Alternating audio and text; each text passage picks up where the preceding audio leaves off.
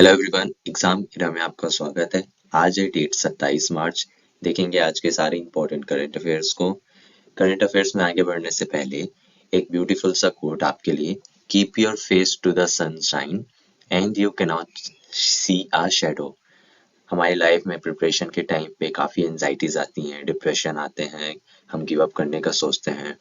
उस समय उस चीज़ के बारे में ना सोच के हम अपने सक्सेस के बारे में सोचना चाहिए कि अगर हम इस एग्ज़ाम को क्रैक करते हैं, इस चीज़ को अचीव करते हैं, तो क्या अगर हम उस चीज़ के बारे में सोचें, छोटी सी किरण मिल रही है, कहीं धूप आ रही है, रोशनी मिल रही है, हमें उस रोशनी को देखना है, रोशनी के बारे में सोचना है, एक मोटिवेशन के बारे में सोचना है, अंदर से मोटिवेशन आना चाहिए, सनशाइन को देखना है। अगर हम जितना डिप्रेशन के बारे में सोचेंगे, जितना टेंशन के बारे में सोचेंगे, टेंशन हमें उतना ही अपने अपने अंदर लेगी। इसलिए keep your face to the sunshine and you can not see a shadow. Okay, आगे बढ़ते हैं। हमारा पहला क्वेश्चन है, एस&पी ने अभी रिसेंटली इंडिया की फाइनेंशियल ईयर 25 का फोरकास्ट निकाला है। तो इंडिया की जीडीपी फोरकास्ट की है एस&पी ने फॉर फाइनेंशियल ईयर 25। तो वो कितनी है? तो इसका आंसर है 6.8। एस&पी ने आज 27 मार्च को इंडिया की जीडीपी फोरकास्ट की है 6.8% फॉर फाइनेंशियल ईयर 25, जो कि 7% से कमी है।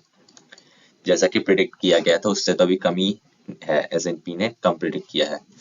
ओके, आगे बढ़ते हैं।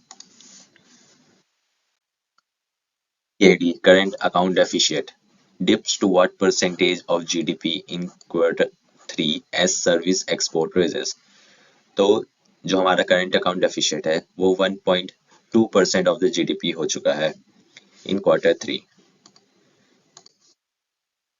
तो CAD हमारा कितना हो गया? $10.5 बिलियन, जो कि है हमारा 1.2% of the GDP in quarter 3 अक्टूबर नवंबर दिसंबर। ठीक है, for financial year 24, lower than 11.4 billion, which is 1.3% of the GDP in the preceding quarter। कौन सा क्वार्टर? क्वार्टर 2, जिसमें क्या आएगा?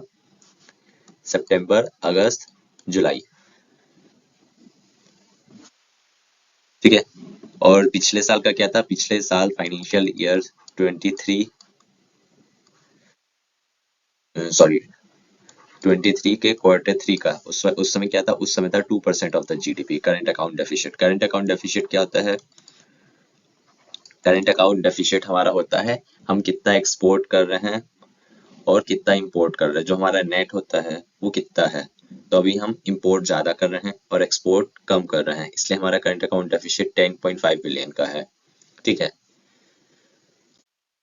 The Reserve Bank has imposed a penalty of -lakh rupees on Nasik-based Janalakshmi Cooperative Bank for non-compliance with regulation। तो reserve bank ने 59.9 lakh rupees की penalty लगाई है जनलक्ष्मी कोऑपरेटिव बैंक, जो कि नासिक में है। The bank has reportedly failed to constitute a board of management, sanctions credit facilities in excess of the prescribed limit। तो Nashik based Janlakshmi cooperative bank पे 59.9 लाख रुपीस की पेनल्टी लगाई है आरबीआई के through. BSE Limited is going to launch the beta version of T+0 settlement for how many securities starting March 28, 2024। तो BSE ने हमारी 25 securities के लिए T+0 सेटलमेंट लॉन्च किया है। T+0 सेटलमेंट क्या होता है? ये होता है ट्रेडिंग प्लस 0 डेज।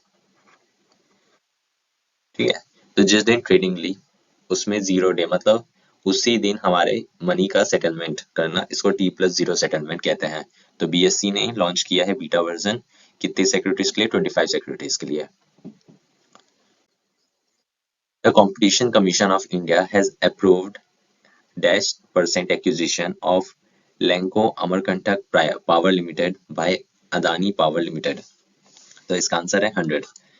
तो CCI ने 100% acquisition of Lanco Amarkantak power limited का अप्रूव कर दिया है by Adani power limited. The 148th parliamentary conference was held in which country? तो इसका आंसर होगा स्विट्जरलैंड। जिनीवा स्विट्जरलैंड में 148 पार्लियामेंट्री कॉन्फ्रेंस हेल्ड की गई है और किस ऑर्गेनाइजेशन के through? Inter parliamentary union. This organization was found in 1889 और टोटल 180 मेंबर्स हैं. ओके. इंडिया को किसने रिप्रेजेंट किया था? India represented by deputy chairman of Rajya Sabha, जो कि कौन है? हरिवंश नारायण. हरिवंश नारायण. ओके, आगे बढ़ते हैं. इसका आंसर स्विट्जरलैंड है. ठीक है. Has announced to increase the aid amount to rupees 10,000 crore for the next 5 years for which country? So इसका आंसर होगा हमारा भूटान. तो 2019 to 2024 the aid was rupees 5,000 crore. ठीक है. अब नेक्स्ट 5 years के लिए इसको कितना कर दिया है? इसको कर दिया है 10,000 crore.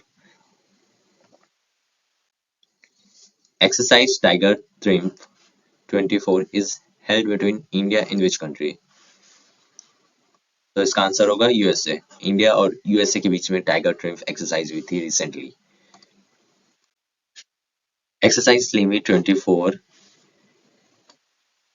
Is between India and which country? तो इसका आंसर होगा सीचल्स. तो सीचल्स कहाँ पड़ता है? ये इधर. This are the Seychelles island, जो कि इक्वेटर के पास रहते हैं, Africa continent. Okay. So Indian army contingent departed for Seychelles. ये कौन सा था? 10th एडिशन था लिमिट एक्सरसाइज 24 का. Indian army and Seychelles defence army ने पार्टिसिपेट किया. कब से कब तक है? 18 मार्च से 27 मार्च तक थी. लिमिट की मीनिंग होती है फ्रेंडशिप. ओके. तो इंडिया की तरफ से 45 पर्सनल गोरखा राइफल से पार्टिसिपेट किए हैं. ओके. और ये कहाँ पे था? इसका वेन्यू कहाँ था? ये था सीचल्स में. और ये कब से चली आ रही है? ये आ रही है सिंस 2001 से लिमिट एक्सरसाइज कंडक्ट की जा रही है इंडिया और सीचल्स के बीच में. कुछ एक्सरसाइज देखते हैं जो रिसेंटली 24 में थी. सदा तांसिक इंडिया और सऊदी अरेबिया के बीच में थी, राजस्थान इंडिया में. एक्स साइक्लोन 1 इंडिया इजिप्ट के बीच में थी, इजिप्ट में थी. डेजर्ट साइक्लोन इंडिया और यूएई के बीच में, राजस्थान इंडिया में थी. एक्स खंजर इंडिया और किर्गिस्तान के बीच में थी, हिमाचल प्रदेश में. धर्मागार्जियन इंडिया और जापान, राजस्थान इंडिया में थे. समुद्र लक्ष्मण इंडिया और मलेशिया के बीच में थी, विशाखापट्टनम इंडिया में. सी डिफेंडर्स इंडिया और यूएसए के बीच में थी, कहाँ पे थी? पोर्ट ब्लेयर में. टाइगर ट्रिम्फ इंडिया और यूएसए के बीच में थी, ईस्टर्न सीबोर्ड पे कंडक्ट की गई थी, जो कि यूएसए में है. तो who has won women's premier league 24 title? The answer is royal challengers Bangalore. Okay. So ownership and operation BCCI conduct करती है. कौन कौन सी टीम में पार्टिसिपेट किया था? Delhi Capitals, Gujarat giants, Mumbai Indians, RCB and UP warriors. ये कौन सा एडिशन था? सेकेंड एडिशन था. फर्स्ट एडिशन कब कंडक्ट हुआ? 23 में, जिसकी विनर्स थी एमआई. पर्पल कैप कौन है? श्रियंका पाटिल, जिन्होंने 13 विकेट्स लिए हैं. ऑरेंज कैप एलिस पेरी, जिन्होंने टोटल 347 रन्स बनाए हैं, highest. Emerging player of the season Shreyanka Patil. Final match कहाँ पे हुआ था? अरुण जेटली स्टेडियम, न्यू दिल्ली पे. Player of the final match Sophie Molineux. Okay. So player of the मतलब मैन ऑफ द मैच थे फाइनल मैच के लिए सोफी मोलिनिक्स. कैप्टन कौन थी आरसीबी की? Smriti Mandhana and Meg Lannings. ठीक है. फाइनल मैच के कैप्टन कौन थे? Smriti Mandhana and Meg Lannings. तो आरसीबी ने 8 विकेट से जीता है. Who has been selected for the Sangita Kalanidhi award? So इसका आंसर है TM Krishnan.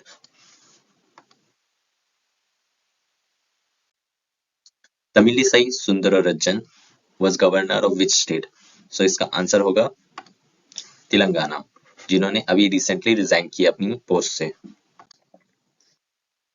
Vladimir Putin has become the president of Russia for which time? तो ये कॉन्स्टेंटली 5th टाइम था जब व्लादिमीर पुतिन प्रेसिडेंट बने हैं रशिया के। Who has been declared by Election Commission as its national disabled person icon? So इसका answer है Sheetal Devi. Thank you for watching. मिलते हैं नेक्स्ट वीडियो में अगले दिन सेम टाइम पे करंट अफेयर्स के लिए। और अगर आपको वीडियो पसंद आई हो तो लाइक करना, चैनल को सब्सक्राइब करना। ओके।